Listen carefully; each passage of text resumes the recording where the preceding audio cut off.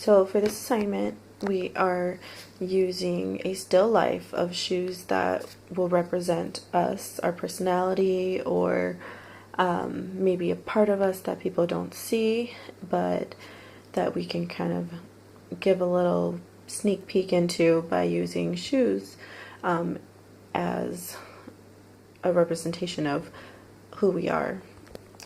So I chose shoes that I like to use to work out in. I use these to do powerlifting in, and not everybody knows that I do powerlifting meets.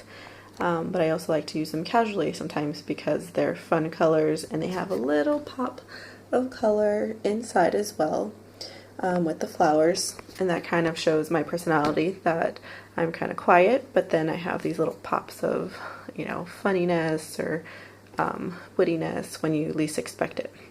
So for our shoes, we are kind of doing the same. We're showing our personality through the style that we're drawing, as well as painting, but also in the shoes that we selected.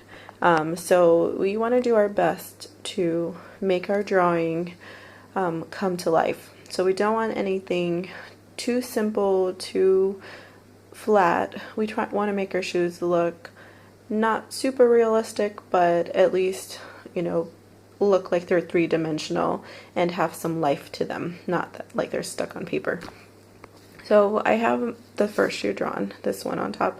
So I'm going to work using that drawn shoe to sketch out the second one, which will hopefully be a little bit easier now that I can use different parts to kind of measure. So I'm going to use this side here of my shoe to draw the under part, the heel of my shoe that's underneath. So I'm going to kind of use that as a gauge. And I'll kind of continue with that. So like I said, it's not that we want to be super realistic or make it look exactly like that shoe, but we want to get the feel of our shoe.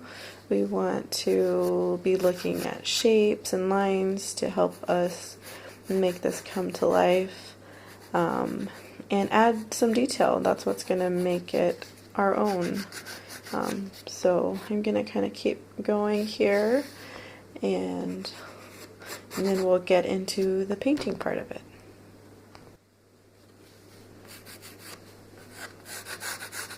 Okay, so I'm just continuing on with this part of my second shoe. Like I said, kind of using what I've already drawn to go back in and make it proportionate, and to kind of put things in the right place. So sometimes you can use your pencil to help that a little bit. So I kind of looking at where that second hole is hitting and how it comes across, and kind of the same here. Sometimes you have to close one eye and squint a little bit so you can kind of focus in on what you're drawing, and kind of go. Sometimes you have to also concentrate, so it's hard to talk and draw.